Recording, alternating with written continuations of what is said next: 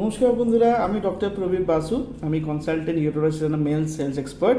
যারা আমায় জানেন, যারা আমার ভিডিওগুলো রেগুলারলি দেখেন, তাদের প্রতি আমার বিনীত অনুরোধ, যদি আপনি আমার চ্যানেলটা না সাবস্ক্রাইব করে থাকেন, কারণ আমি যখন ইউটিউবে অ্যানালিটিক্সে দেখছি, তখন দেখছি যারা আমাকে দেখেন রেগুলারলি, এই 80% কিন্তু সাবস্ক্রাইব করেননি। তাহলে কী হয় বলুন তো, আমার একটা মোটিভেশন, একটা ফ্যাক্টর হয় যে এই ভিডিওগুলো করছি, আপনারা আমার সাবস্ক্রাইব করে দেখে একটা হয় না, একটা টার্গেটের মতো মনে হয় যে না, এতজন আমার সাবস্ক্রাইবার বেশি আছে। তো কাইন্ডলি আপনার রিকোয়েস্ট রইল, যদি আমার জিনিসগুলো ভালো লাগে, অবভিয়াসলি যদি আমার কথাগুলো ভালো লাগে, আমি যেগুলো বলছি সেগুলো সরলভাবে যেগুলো বলার চেষ্টা করছি আপনাদের কাছে তুলে ধরার জন্য, নিশ্চয়ই আপনি কিন্তু আমার চ্যানেলটাকে সাবস্ক্রাইব করবেন। যারা ইউটিউবে হচ্ছে তাদের জন্য, যারা ফেসবুক আমার কমিউনিটিতে আছেন তাদের জন্য আমি বলতে চাই যে আমি রেগুলারলি লাইভ হচ্ছি, এবং আপনি ফেসবুক পেজ, তার লিঙ্কটাও আমি পাঠিয়ে দেবো।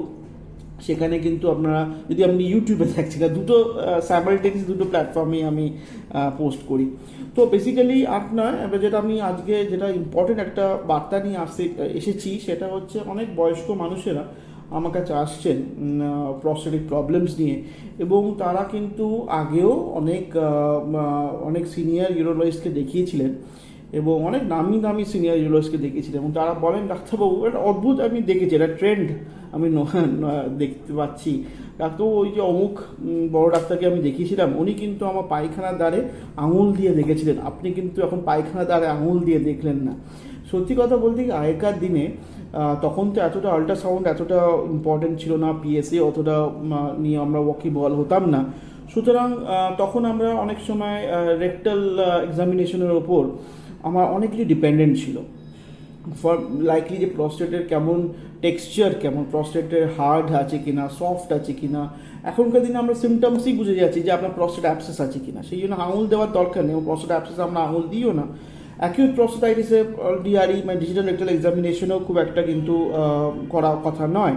এবং প্রস্টেট ক্যান্সার এখনকার দিনে কি, বিকজ মানুষেরা এত সচেতন হয়ে গেছেন যে কিছু সিমটমস হলে আমাদের কাছে তাড়াতাড়ি চলে আসতেন। তখনকার দিনে কিন্তু পেশেন্টরা অনেকদিন নেগলেক্ট করতেন, কারণ সচেতনতা ছিল না। সুতরাং হার্ড প্রস্টেট হয়ে গেছে, এবং কিডনি ফুলে গেছে, পা দুটো ফুলে গোদা হয়ে আছে, পেচ্ছাপ হচ্ছে না, পেচ্ছাপে রক্ত বেরোচ্ছে, কোমরে হাড়ে প্রচণ্ড ব্যথা, মানে যেটা কার্সিনোমা প্রস্টেটের সিভিয়ার সিমটমস বা অ্যাডভান্স সিমটমস হয়, তখন তারা আসতেন। তখন ডাক্তারবাবুরা আঙুল দিয়ে দেখতেন, না আপনার মনে হচ্ছে প্রস্টেটটা খুব শক্ত, মানে হার্ড ফিলিং, রিজিড হার্ড হচ্ছে, আপনার কিন্তু বায়োপসি করা উচিত, কি তারপরে যা টেস্ট কোনো। সুতরাং এখনকার দিনে ডিজিটাল রেকটাল এক্সামিনেশন, ক্লিনিক্যাল এক্সামিনেশনের মধ্যে খুব একটা আমরা যারা নতুন প্রজন্মে ইউরোলজিস্ট বলতে পারেন, তারা কিন্তু আমরা খুব একটা করি না। কিন্তু এটা গেল একটা জিনিস, কিন্তু অনেক জনের মধ্যে অনেক বয়স্ক মানুষেরা বলেছেন, জানেন ডাক্তারবাবু, ওই যে বড় ডাক্তারবাবু যখন আমার পায়খানার দ্বারে আঙুল দিয়ে দেখতেন, তখন আমার একটা অদ্ভুত অনুভূতি, একটা আনন্দ হতো, যেন কোনো মানে ভগবান তুল্য ডাক্তার ডিজিটাল রেকটাল এক্সামিনেশন করছেন, আমার একটা অদ্ভুত আনন্দ হতো, একটা ফুর্তি মতন হতো। বেসিক্যালি দেখা যাচ্ছে যে প্রস্টেট, এই যে আমরা ডিআরই করছি বা করতে গিয়ে যে মাসাজটা করি, প্রস্টেটিক মাসাজ কী বললাম বুঝতে পারবে, সেটা কিন্তু অদ্ভুত একটা সেক্সুয়াল প্লেজার দেয়, এবং সেটা বয়স্ক মানুষদের মধ্যেও হয়। এছাড়া প্রস্টেটিক মাসাজের কিন্তু অনেকগুলো রোল আছে। যেমন দেখা যাচ্ছে ক্রনিক প্রস্টেটাইটিস যারা ভুগছেন, অনেক দিন ধরে তাদের পায়খানাও পরিষ্কার হয় না, পেচ্ছাও পরিষ্কার হয় না, একটা সবসময় একটা ডিসকমফর্ট থাকছে অন্ডকোষ এবং পায়খানা মানে পেচ্ছাপের দ্বারের ওই জায়গাটা, পেরিনিয়াম পজিশনে অনেক ভুগছেন, নানান রকম ওষুধ খেয়েছেন। এখনকার দিনে আমরা কিন্তু প্রস্টেটিক মাসাজ বলি না করতে, আগেকার দিনে কিন্তু প্রস্টেটিক মাসাজ করতাম। ইনফ্যাক্ট পেশেন্টদেরও আমরা ওটি টেবিলে নিয়ে এসে একটু ঘুম পাড়িয়ে হোক, কারণ ম্যাক্সিমাম পেশেন্টরা খুব অ্যাংজাইটিতে ভোগেন, তাদেরকে আমরা পায়খানা দ্বারা আঙুল দিয়ে, just like we are doing a digital rectal examination, ওনাদের পায়খানা দ্বারা দিয়ে প্রস্টেটটাকে আমরা মাসাজ করতাম। বুঝতে পারেন, মানে ধরুন প্রস্টেট, আমরা পায়খানা দ্বারা আঙুল দিলাম এবং ওটাকে মাসাজ করতাম একদিক করে, যে এবং তখন পেচ্ছাপের সাথে যে সাদা ধরুন ধাতু যেটা বেরোতো, সেটা আমরা আবার টেস্ট করতে পাঠাতাম। অনেক সময় অ্যাব্যাকটেরিয়াল, অনেক সময় প্রস্টেটাইটিস কিন্তু কোনো ওই ইনফেকশন পাওয়া যায় না, মানে ইউরিন কালচার করবেন, কোনো ইনফেকশন নেই। সুতরাং আপনারা যারা সিমেন্ট কালচার ওপর আমার ভিডিওটি দেখেছেন, তাহলে দেখবেন অনেক সময় সিমেন্ট কালচারে কিন্তু ইনফেকশন পাওয়া যায়, কিন্তু ইউরিন ইনফেকশন নেই। প্রস্টেট, কারণ প্রস্টেটে ইনফেকশন থাকছে এবং অনেক ক্ষেত্রে প্রস্টেটে এমন কোনো জীবাণু ইনফেকশন করে, মানে ব্যাকটেরিয়া ইনফেকশন করে, যাতে বায়োফিল্ম বলে একটা কভারিং থাকে, মানে একটা ধরুন বলতে পারেন একটা কোট বা জ্যাকেট হয়ে থাকে, তাতে কিন্তু দেখাও দেয় না ইউরিন ইনফেকশন এবং কোনো অ্যান্টিবায়োটিকও পেনিট্রেট করতে পারে না। সেই ক্ষেত্রে প্রস্টেটিক মাসাজ আগেকার দিনে প্রস্টেটিক মাসাজ যখন আমরা মাসাজ করতাম তখন সে বায়োফিল্মগুলোও খুলে যায় এবং যেগুলো ছোটো ছোটো পাস ক্যাভিটিস থাকে প্রস্টেটের মধ্যে, তখন কিন্তু সেখান থেকে জীবাণুগুলো বেরিয়ে আসে পেচ্ছাপের সাথে এবং দেখা যায় একটা সিমটমসের অনেকটা রিগ্রেশন মানে সিমটম যেগুলো যতটা খারাপ থাকতো সেখান থেকে অনেকটা কমে যাচ্ছে। এবং থার্ড অ্যান্ড ভেরি ইম্পর্টেন্ট যেটা হচ্ছে একটা সেক্সুয়াল প্লেজার হতো। সুতরাং ওই যে কথা বললাম, বয়স্ক মানুষ এসছেন আমার কাছে প্রস্টেটের সমস্যা নেই বলে না, ওই যে বড় ডাক্তারবাবুকে আমি দেখিয়েছিলাম, কিন্তু উনি কিন্তু পায়খানার দ্বারা আঙুল দিয়ে মাসাজ করেছিলেন, কিন্তু কী আনন্দ লেগেছিল, আপনি কেন করছেন না? আপনার কাছে আসার অর্থই হচ্ছে আপনি পায়খানার দ্বারা আঙুল দিয়ে মাসাজটা করবেন। তার মানে বুঝতে পারছো, prostatic massage had a number of benefits. সেটা কিন্তু আজকালকার দিনে আমরা খুব একটা মানে দেখুন না, সব চিকিৎসা শাস্ত্র সবসময় চেঞ্জ করছে, it's an ever changing science. সুতরাং এখন বলা হয় না it will cause more harm if not done properly. এখনকার দিনে আমরা বলি যে না ঠিক আছে, পেশেন্টরা যদি সিভিয়ার ক্রনিক প্রস্টেটাইটিসে ভোগেন, অ্যাকিউট নয় কিন্তু অ্যাকিউট প্রস্টেটাইটিস ব্যথা হচ্ছে, যন্ত্রণা হচ্ছে, তখন অনেক ওই ন্যাগিং সেন্সেশন একটা থাকছে যাদের, তারা কিন্তু সেলফ প্রস্টেটিক মাসাজ করতে পারেন, but it is a very difficult position.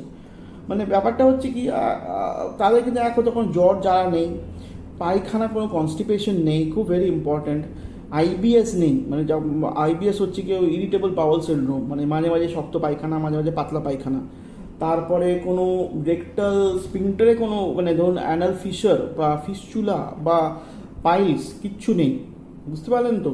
এছাড়াও আমরা বলি যে যখন মানে অ্যাকিউট প্রস্টেটাইটিস মতো কোনো প্রবলেম নেই, জ্বর জ্বালা অ্যাবসেস নেই, তখন কিন্তু মনে হচ্ছে সবসময় একটা ঘ্যানোর একটা অন্ডকোষে ব্যথা, ওই পেনিয়াম যেটা পেলভিক মাস্কুলেচারে ব্যথা, সেটার জন্য আমরা বলি পেশেন্টরা নিজেই পেলভিক মাসাজ করতে পারে। কিভাবে? কমোটে বসে কিন্তু বাঁ হাতে কিন্তু গ্লাভ ফিঙ্গার রাখতে হবে এবং পায়খানাটা হতে হবে নরম। যেই পায়খানাটা নরম হলো তখন কিন্তু এই গ্লাভ ফিঙ্গারে গ্লাভ পুরো করবার নোকটা দিয়ে কেটে যায়। ভালো করে জেলিটা 2% লক্স জেলি পাওয়া যায়, লিগনোকিন জেলি পাওয়া যায় বাজারে, খুব কমন, ওভার দ্য কাউন্টার একটা জেলি, সেখানে দিয়ে কিন্তু আস্তে আস্তে পায়খানার দ্বারে গিয়ে চুপ করে দাঁড়িয়ে থাকতে হয়। কিছুক্ষণ পরেই দেখবেন ওই আঙুলটা ঢুকে গিয়ে আপনি জাস্ট বেশি দূরে যাওয়ার দরকার নেই, মানে আপনি যখন ঢুকলেন সামনের দিকেই থাকে প্রস্টেট, সেটাকে হালকা যদি মাসাজ করেন দেখবেন অনেকটা ইমপ্রুভমেন্ট পেতে পারেন। কিন্তু আমি আজকালকার দিনে খুব একটা পেশেন্টদের বলি না, কারণ ম্যাক্সিমাম পেশেন্ট কিন্তু গ্লাভ কিনবেন না, ও নিজের চেষ্টা করবে নিজে আঙুলেই, আমি তো পায়খানা ফুটাই, সুতরাং আমি কেন আঙুল দিয়ে আবার গ্লাভস কিনবো। করতে গিয়ে এই নোকটা গিয়ে লাগবে রেক্টাল মিউকোসায়, মানে যেটা মিউকোসাল লাইনিং বা ইনার লাইনিং অফ দ্য পায়খানার দা, সেখানে গিয়ে একটা ইনজুরি করলেই ওখান থেকে একটা স্কারিং হয়ে যাবে এবং সব সময় ওনার একটা ব্যথা যন্ত্রণা, পায়খানা পরিষ্কার হচ্ছে না, জ্বালা যন্ত্রণা থাকবেই।